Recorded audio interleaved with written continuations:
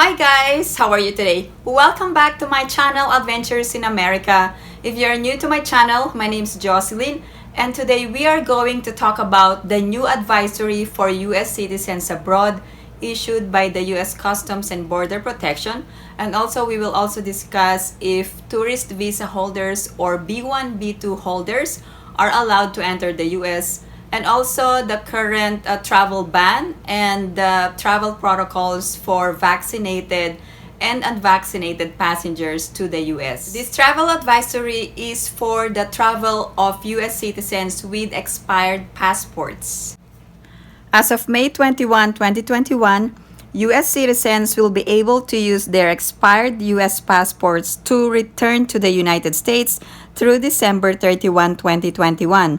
U.S. citizens who are overseas whose passport expired on or after January 1st, 2020 may be able to use their expired U.S. passport for direct return travel to the U.S. until December 31, 2021. So this advisory is for all U.S. citizens who are currently abroad.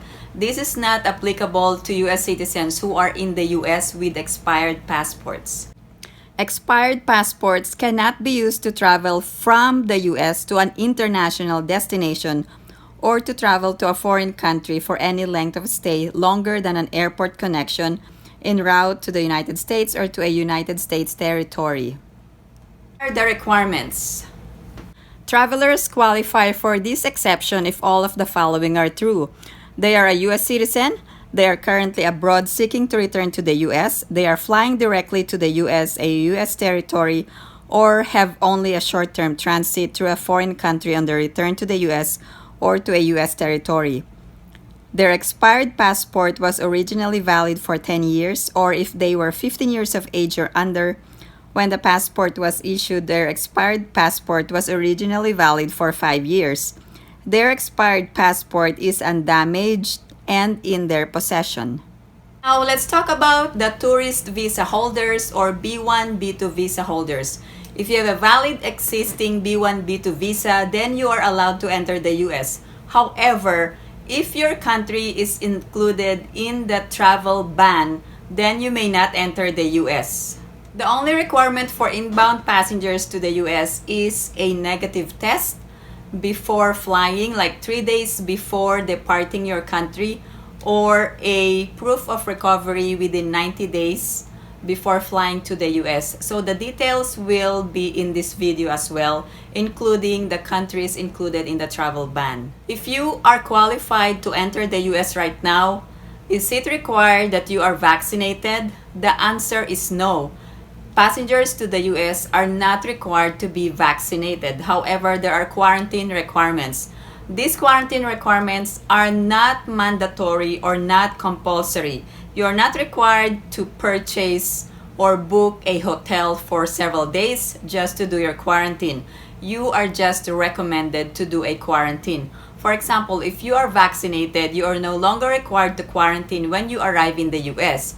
And also, you are no longer required to test after arriving in the US. I also have a detailed information at the end of this video regarding that. However, please take note that if you are going to Hawaii, you are required to do a mandatory quarantine. I'm just talking about the US mainland quarantine requirements. So if you're going to the US mainland, and you are vaccinated, you are no longer required to quarantine or to be tested after you arrive in the US. However, if you are coming to the US as a tourist or a student or a first-time immigrant and you are unvaccinated, can you get a vaccine here in the US? The answer is yes. Also, you don't need to prove your legal immigration status. So you can provide a government-issued ID or a foreign passport to get vaccinated. Now, if you're planning to get vaccinated in the US, all you have to do is just go online and find a pharmacy or a clinic near you. I would recommend Walgreens because it's easy to set up an appointment. Now, let's talk about the eligibility for vaccine. So currently here in the US, those who are 12 years old up to 15 years old are eligible to take the vaccine. Also, if you are coming from other countries, you can come to the US and get vaccinated. And all you have to do is to register online for an appointment from a clinic or pharmacy near you. I would recommend going to Walgreens and set up an appointment online and just fill out the consent form to get vaccinated. If the person is a minor, the parent must sign to get his or daughter to be vaccinated. Regarding the cost of the vaccine, the Pfizer vaccine, based on my experience, is less than $3 per dose. So if you have a current health insurance, you can use it to pay for your vaccine. Also, you can pay in cash. Also, no one is going to ask for your vaccination status. You don't need to present your vaccination card to anyone. Centers for Disease Control and Prevention issued on May 13, 2021 that fully vaccinated people are no longer required to wear a mask or physically distance unless required by federal or state or local rules, or if required by business or workplace rules. So vaccinated people can refrain from testing from a known exposure unless you are working in a correctional or a homeless shelter. For purposes of vaccinated people, if you have been given a second dose and it has been 2 weeks from the last dose, then you can be considered a vaccinated person. Now let's talk about the US travel ban. There are actually travelers from this list of countries who are prohibited from coming into the US. This is based on the several proclamations issued by former President Trump and President Biden. So if you are a non-US citizen or an immigrant or non-immigrant and you are in this list of countries in the last 14 days, you are prohibited from entering the US. So here are the list of countries: China, Iran, European Schengen area. Also, if you are coming from the United Kingdom, Republic of Ireland, South Africa, Brazil, and India. Now, here are the exceptions. If you are a US citizen or a permanent resident and you are coming from this list of countries in the last 14 days, then you may be allowed to enter the US. There are additional exceptions.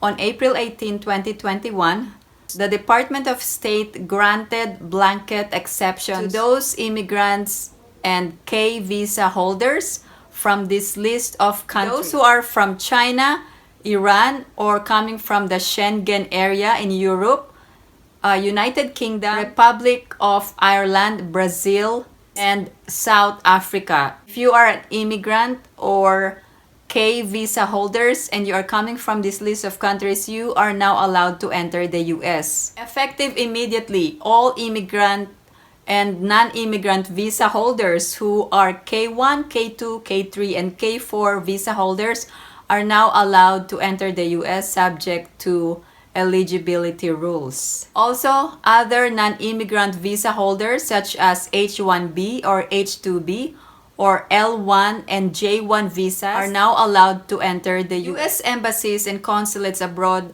are prioritizing those travelers with urgent travel needs, foreign diplomats, mission-critical travelers, or those assisting with the pandemic, those workers who are essential to the American food supply. And it is followed by students, exchange visitors. Now let's talk about the current US health protocols.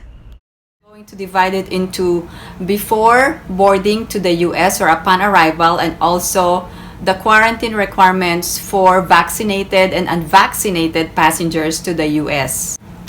All air passengers coming to the US, including US citizens and fully vaccinated people, are required to have a negative COVID-19 test result no more than 3 days before travel, or documentation of recovery from COVID-19 in the past 3 months before they board a flight to the United States.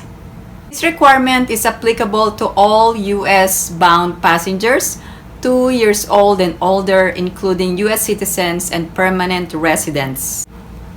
The negative pre-departure test must be a viral test, RT-PCR test, or an antigen that was conducted on a specimen collected within 3 days prior to flight departure from a foreign country. The negative viral test must be approved or authorized by the relevant national authority for the detection of SARS-CoV-2.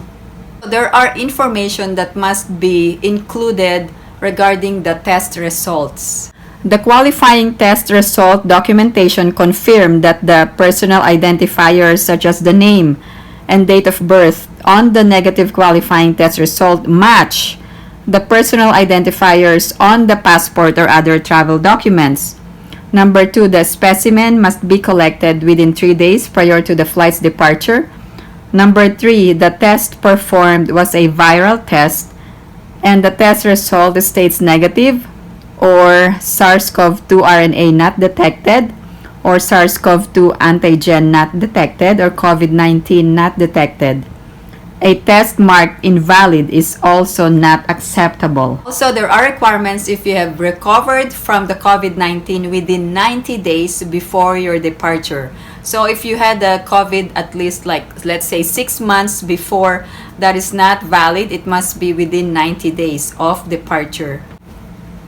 If a passenger has recovered from COVID-19, the passenger must provide a written documentation of recovery from COVID-19 after previous SARS-CoV-2 infection in the form of a positive viral test result and a letter from a licensed healthcare provider or public health official stating that the passenger has been cleared.